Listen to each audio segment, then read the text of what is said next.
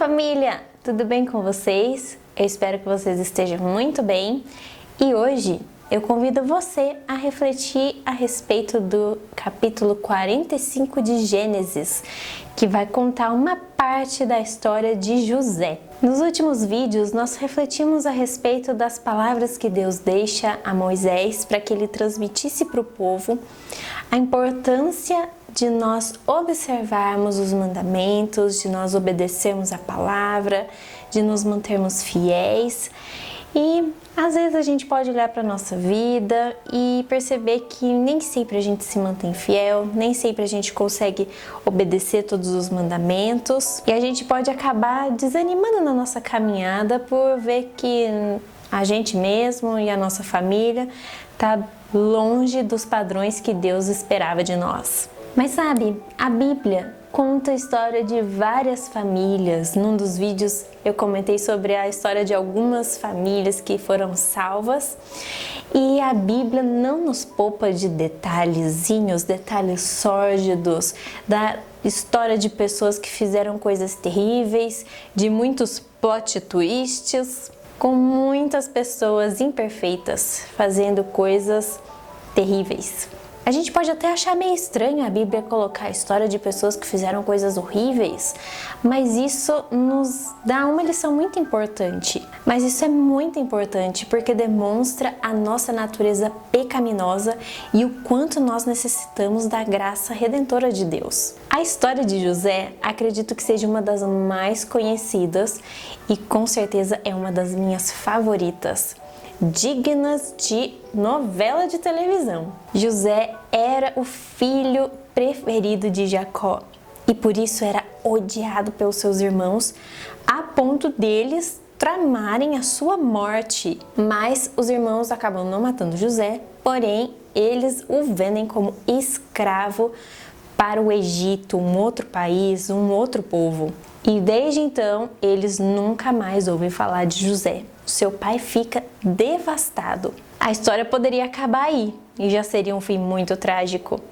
Mas Deus não deixaria que isso terminasse assim. A história poderia ter terminado aí, mas Deus, em sua infinita graça e sabedoria, transforma a história dessa família. E após muitos acontecimentos, José e a sua família são reunidos e ali existe o perdão. Meus irmãos, às vezes você pode estar pensando, nossa, minha família está muito longe dos padrões de Deus. Talvez você seja o único na sua família que acredita na Bíblia, que acredita em Deus, que acredita em Jesus. Muitas vezes eu e você falhamos em cumprir a nossa missão, em testemunharmos do amor de Deus, em demonstrarmos como é ser um verdadeiro discípulo de Jesus e acabamos demonstrando mais as nossas falhas do que a nossa transformação através do Espírito Santo.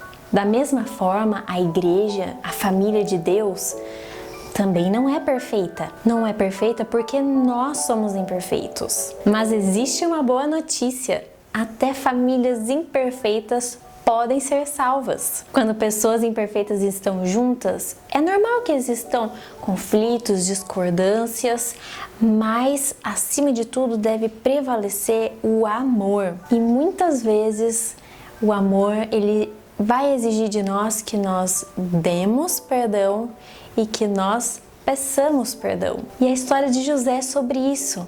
É uma família imperfeita, composta de pessoas imperfeitas, mas que por meio da ação divina pôde encontrar a redenção. E nós, como igreja, somos assim também. Somos pessoas perfeitas, mas que fomos unidos pelo amor de Cristo que nos deu o perdão e hoje podemos nos reconciliar com Deus e com os nossos irmãos. Hoje eu convido vocês, eu desafio vocês a vasculharem os seus corações e as suas mentes para ver se existe algum pecado que não foi confessado. E um exercício muito interessante é que a gente dê nome a esses pecados, para não ficar uma coisa genérica e a gente acabar pedindo perdão para Deus por nada. Reflita hoje se você não tem falhado em dar perdão.